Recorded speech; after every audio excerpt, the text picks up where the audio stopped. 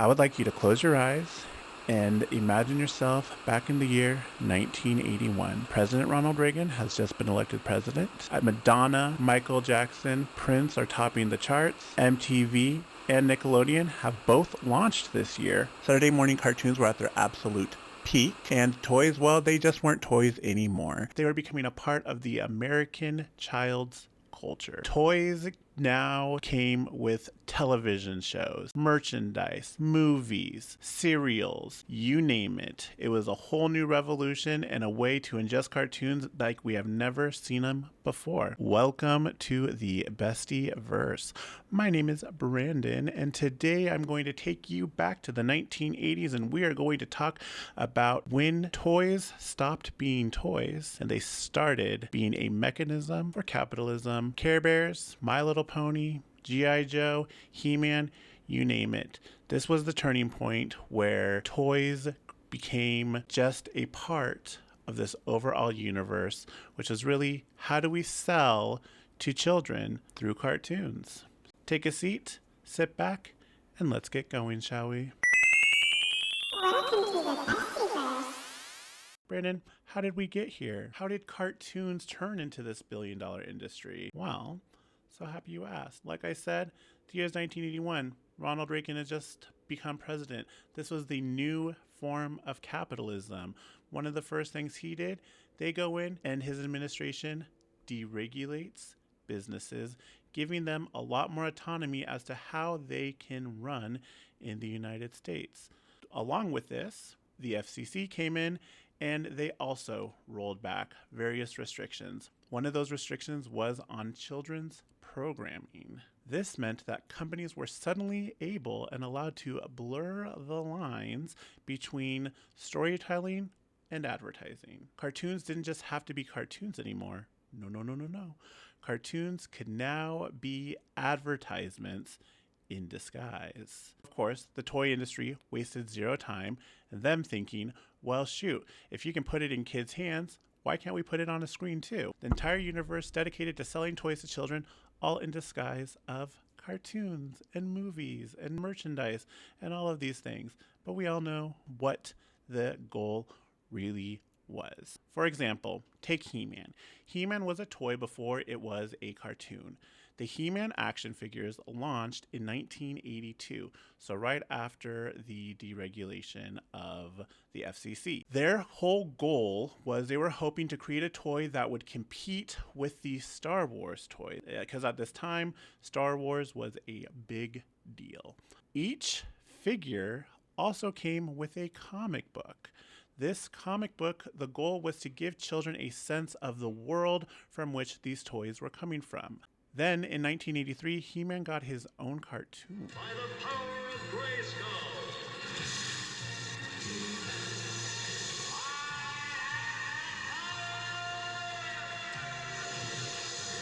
And this was not a coincidence. This cartoon existed specifically to sell toys to children.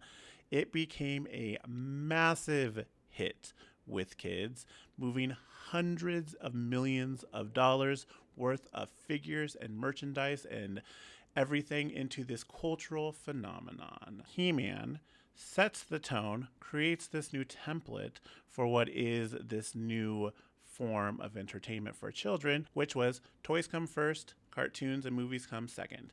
This opens up a floodgate, and all of these other companies are thinking, oh my gosh, we want to be part of this too.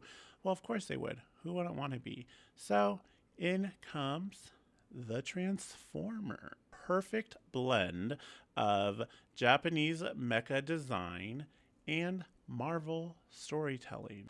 Hasbro, in 1983, ventured to the Tokyo Toy Fair, and they discovered these two different robot lines, Diaclone and Microchange. These robots turned into vehicles, gadgets, beasts, you name it. Hasbro loved it, brought it back to the West, merged these two together, and licensed it under the Transformers. We can't just sell a toy. We got to do something. We got to get kids interested in it, right? This is when Hasbro decided to team up with Marvel. Jim Shooter crafted this overarching storyline, while Bob Budiansky named Optimus Prime, Megatron, and the rest of the Autobots. The visual and mechanical design of these robots was created by industry legends like Soji Kawamori, whose original mecha designs laid the foundation for the toys. By 1984, Transformers Generation 1 hits the shelf in America, complete with the lore and the iconic tagline "More than meets the eye." Then the cartoon follows. Transformers, more than meets the eye.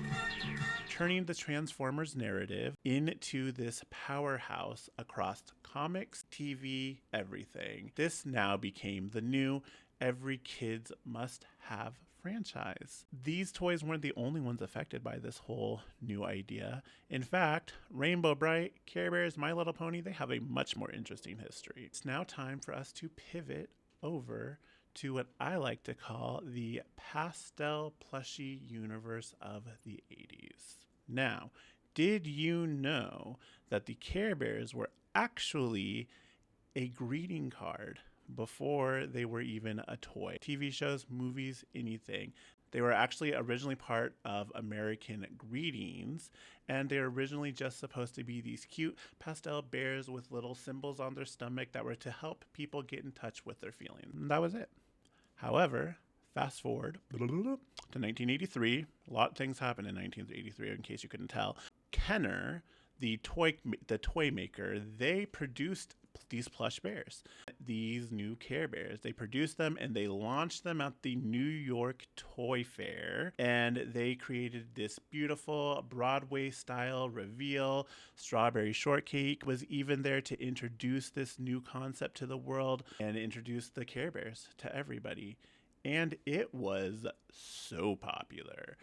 Everybody flocked to this place and they were super excited to be part of it, and they all wanted a little piece. In fact, 26 licenses were given out that day to put the Care Bears on everything. Put them on those cards, but also on clothes and on books and on bedding and in cereals and on TV and movies and more, you name it.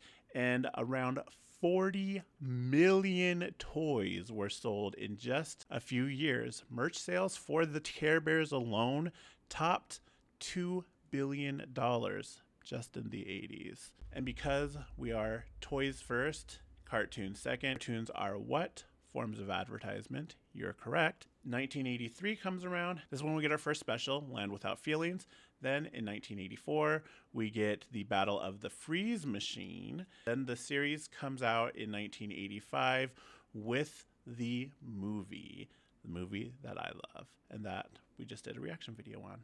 So now, Care Bears were no longer just toys. They're a mini universe of caring, emotion, pastel, and branding. But interestingly enough, the Care Bears actually are not the only character to come out of a greeting card, move into the world of toys, and then move into the land of cartoons.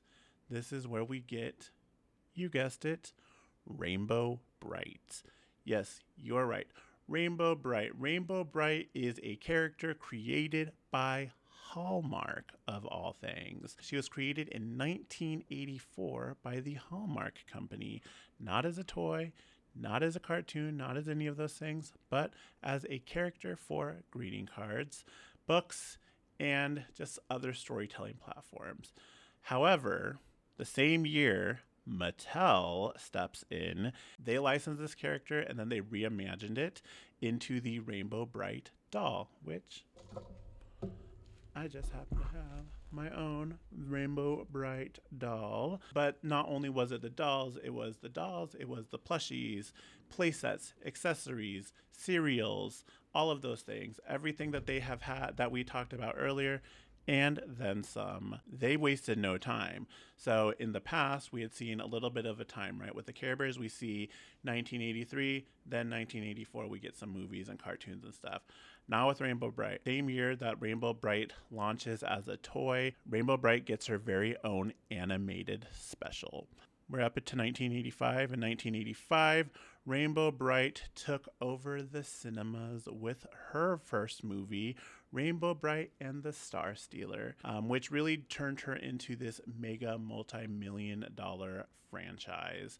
In a single year, Rainbow Brite became ubiquitous with greeting cards, toys, plushies, TV specials, movies, coloring books. And then, of course, we have My Little Pony. You cannot talk about the beautiful plushie universe without talking about My Little Pony, which is actually the longest running and most successful of them all. My Little Pony was actually started before all these other toys. My Little Pony started in 1981 as a single toy called My Pretty Pony. These were larger, harder plastic figures, had movable ears, brushable manes. She was not pastel, she was not collectible, but she laid the groundwork for what was next to come, which was My Little Pony. In 1982, Hasbro, again, pivoted with this new line, My Little Pony. A smaller, brightly colored pastel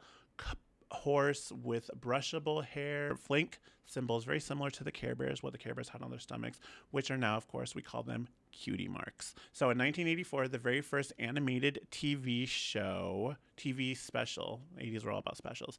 So in the 1984, the very first animated TV special for My Little Ponies was introduced, which introduced us to this fantasy world where we compete with villains, magical adventures, all of these things. And two more specials actually came then in 1984 and 1985, building onto that momentum. Then in 1986, Hasbro launched the series My Little Ponies and Friends, which was all about pairing the ponies with other toy-driven segments like Glow Friends, Moon Dreamers, all of those things. It was very clear that the ponies weren't just dolls on a shelf. They were now part of a world that you could escape to every Saturday morning. My Little Ponies became one of top brands, cycling through multiple generations. We have G1 in the 1980s, G2 in the 1990s, G3 in the 2000s, then G4 in 2010, which brought up My Little Pony, Friendship is Magic, which is a show that didn't just sell toys, but truly built an internet fandom and came with conventions, academic essays about the overall cultural impact of My Little Ponies. The cherry on top of all of this, specifically for the My Little Ponies, in 2024, My Little Pony was officially inducted into the Toy Hall of Fame, recognized not just for sales, but for sparking generations of imagination, fandom, storytelling for over 40 years. That's nuts. Just like the Care Bears and Strawberry Shortcake, My Little Ponies show us just how fast the toy to cartoon pipeline can work, from a plastic horse in 1981 to a cultural juggernaut spanning 40 years of comics and movies and conventions and TV shows and lunchboxes and merchandise and all of these things. It just proves once again that the 80s was not just about cartoons. It was all about a new form of childhood capitalism. It was just a world waiting to be sold. So anyways, besties, thank you so much for hanging out with me. And do not forget, besties, keep your glam high, but your standards higher. Bye-bye.